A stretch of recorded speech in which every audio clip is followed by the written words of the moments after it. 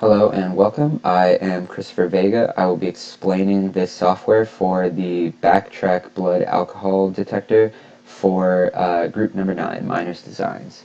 And so we'll start off by explaining this block diagram and how it all works, and then we'll move in and explain this front panel and how to actually control this program. So starting off, you are inputting a voltage that is going over a specific resistor in the actual sensor of the device, and so that voltage would change as the resistance changes from the actual alcohol presence. And so from there, it then moves right on through. It goes through this fifth order regressional equation, which I managed to find online, which can simulate this. And actually converts the voltage into parts per million for blood alcohol. Then that value right here is divided by 2600 and converted to actual blood alcohol content and what we use.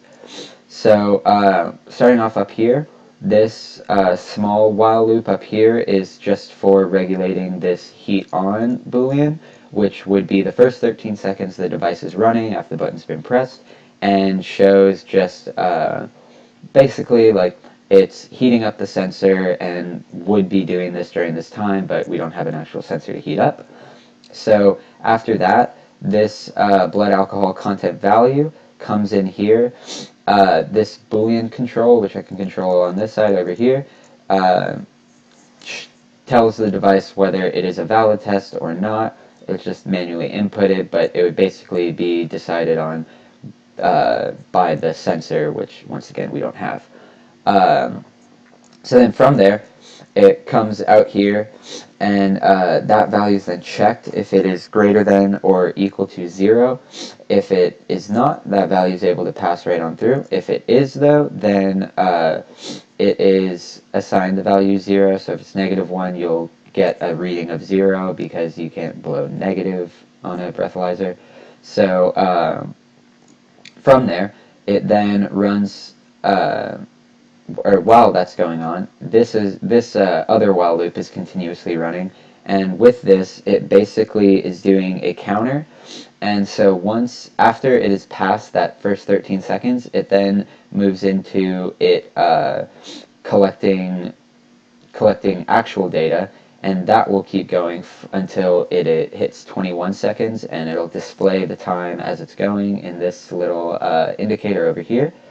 And so basically this is just to turn that button off and on, this collecting data boolean over here, as you can see. And so yeah, from there, once it hits 21, this loop will terminate, and then this blood alcohol value is then sent out here, where this basically rounds it off to two specific digits, and which will then be displayed here. And this nonsense in here isolates the first value and the second value, and then brings it out here to this big Boolean mess, which is all just a big control for this LED display. Alright, so moving forward then, we'll show you how to actually run this device over here. And so with this, basically we control our voltage, so we'll put in a value of 3.00, actually 3.25, sure. So that is our voltage over that, and then we want to make it a valid test, so we'll turn that on, and then we can just run this. And so first 13 seconds, our heater will be heating up, doing all that jazz.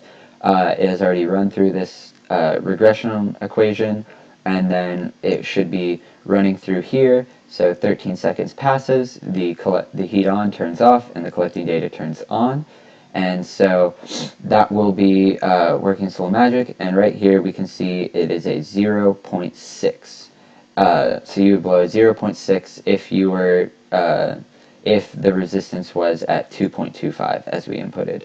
So if we had turned this off, and we'll run it one more time, once again running through the same kind of process, heating up, and since it's not a valid input, it should then display an FL value, which would mean, say you didn't blow in it, or you blew in it too hard, not right. That would account for any of those instances. So hits 21, displays FL, says you didn't do it right, and just kind of shows that to the user. So yeah, that's about it. This is our our program once again, just as a quick little overview so you can see it all, and hope you enjoyed. Thanks.